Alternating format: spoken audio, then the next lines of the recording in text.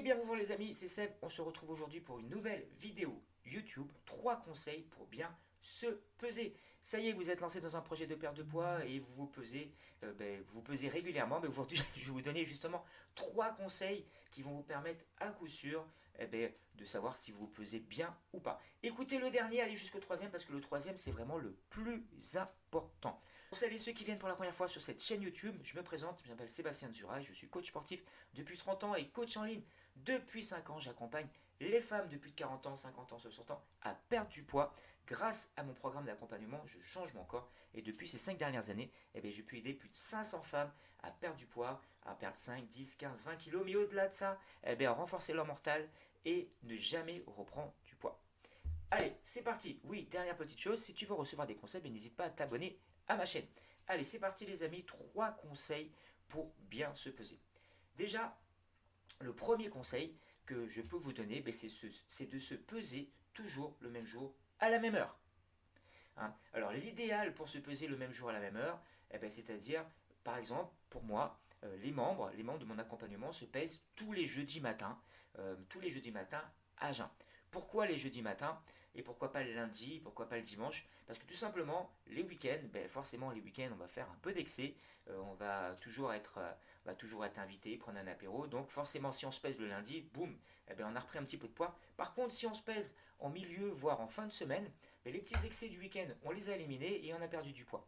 Et pourquoi le matin à jeun? Parce qu'il faut se reposer dans les mêmes conditions que la semaine précédente. Et pour essayer d'avoir les mêmes conditions que la semaine précédente, on pourrait se peser le midi, on pourrait se peser le soir, mais il faudrait faire les mêmes routines toute la journée. Donc ce qui est sûr, c'est que lorsqu'on dort, on est allongé, on est à l'horizontale, on ne bouge pas. Hein. Et donc là, ce qui est sûr, c'est qu'on n'a rien fait pendant 5, 6, 7, 8 heures. Donc c'est l'idéal pour se peser. Et encore plus, si vous allez aux toilettes juste avant de vous peser, ce serait encore top. Donc le premier conseil que je peux vous proposer, que je peux vous conseiller, c'est de se peser le même jour à la même heure. Une fois par semaine, c'est amplement suffisant. Si vous rentrez à vous peser tous les matins, tous les midis, tous les soirs, vous allez avoir une charge mentale. Ce matin, aujourd'hui j'ai perdu ta, hier j'ai perdu, aujourd'hui j'ai encore repris. Là, vous n'allez pas vous en sortir et là, mentalement, ça va être difficile. Donc, une fois par semaine, c'est amplement suffisant. Pour moi, mes membres se pèsent tous les jeudis matins. Donc, ça, c'est le premier conseil que je peux vous conseiller, se peser le même jour à la même heure. Deuxième conseil, c'est d'utiliser tout le temps la même balance. Mais il y en a plein d'entre vous qui ont deux trois balances à la maison, et ils vont se peser une semaine avec l'une, une semaine avec l'autre, et la troisième semaine avec encore une autre. C'est sûr qu'on ne va pas forcément avoir les mêmes valeurs. Il suffit qu'on ait une balance connectée, une balance à aiguille, et une autre balance, je ne sais pas comment. Donc, utilisez tout le temps le même matériel, tout le temps la même balance. Un peu comme le conseil numéro un, pesez-vous toujours dans les mêmes conditions, mais pesez-vous toujours avec le même matériel. Hein.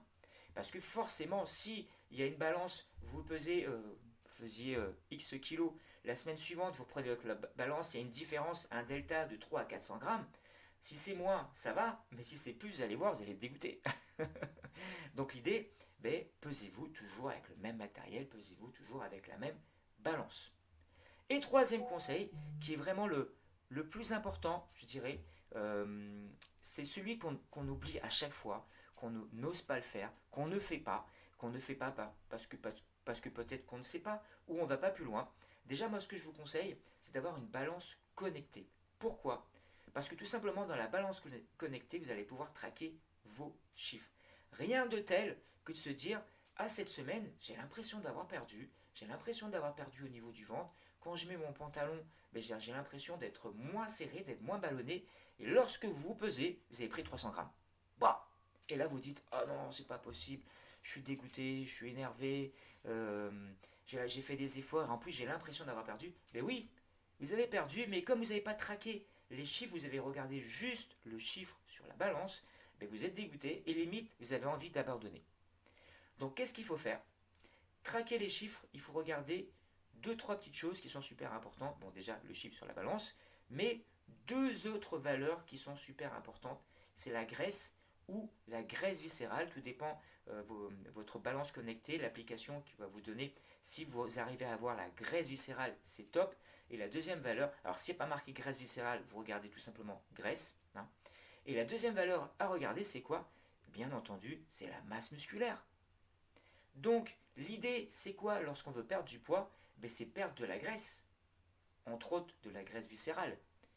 Et, à contrario, ben, il y a certainement, comme on va faire de l'activité physique, on va créer déficit de calories, on mange moins, on se dépense plus. Forcément, si on fait de l'activité physique, notre masse musculaire, hop, elle va augmenter. Donc, lorsque pendant la semaine, tu as eu l'impression d'avoir perdu, mais lorsque tu te pèses, tu as pris 300 grammes, ben, regarde très vite ta graisse et regarde très vite ta masse musculaire. Et là, tu vas te rendre compte quoi? Ben, que tu as perdu de la graisse viscérale, mais que tu as pris un petit peu de muscle. Donc, les 200 grammes qui sont en plus sur la balance, c'est 200 grammes de muscle. Donc, finalité, qu'est-ce qui s'est passé? Tu as perdu du gras, tu as perdu de la graisse viscérale. Donc, là, tu as perdu du poids. Donc, il ne faut pas oublier, les amis, lorsqu'on se lance dans un projet de perte de poids, c'est quoi on se bat contre quoi? On se bat contre la graisse viscérale. C'est toute cette graisse-là. Alors, il y a deux styles de graisse. Il y a la graisse sous-cutanée, celle qu'on a besoin au quotidien pour vivre. Et la graisse viscérale, c'est celle qu'on stocke, qui sont dans les organes, qui sont dans les artères, pardon. C'est contre celle-ci qu'on se bat. Donc, lorsque vous pesez, vous faites moins 500 grammes, moins 600 grammes, moins 1 kg. Là, vous êtes content, vous n'allez pas forcément aller traquer les chiffres parce que vous avez vu que vous avez perdu du poids, donc ça vous suffit mentalement pour vous réjouir, pour être content de la semaine. Mais à contrario, il y a une semaine, comme je viens de vous dire, vous avez l'impression que, et en fin de compte non, ben là, l'intérêt d'aller traquer les chiffres. L'intérêt d'aller voir si vous avez perdu de la graisse viscérale par rapport à la semaine précédente. Allez voir si vous avez pris de la masse musculaire plus que la semaine dernière. Et là, vous allez voir, tout va changer. Et en fin de compte, votre mental aussi. Parce que rien de tel de se dire, ah cette semaine j'ai pris, ah ça fait 15 jours que j'arrive plus à perdre. Oui, mais ça fait 15 jours que tu perds de la graisse, mais ça fait 15 jours que tu prends du muscle. Donc, donc pour ta santé, pour ton corps, pour ta perte de poids, c'est très bien. Quoi qu'il arrive, après ça va continuer à descendre. Voilà. Donc j'espère que ces trois conseils vous ont aidé. D'ailleurs, si peut-être il y a d'autres conseils que je n'ai pas dit, ben, n'hésitez pas à les partager dans les commentaires.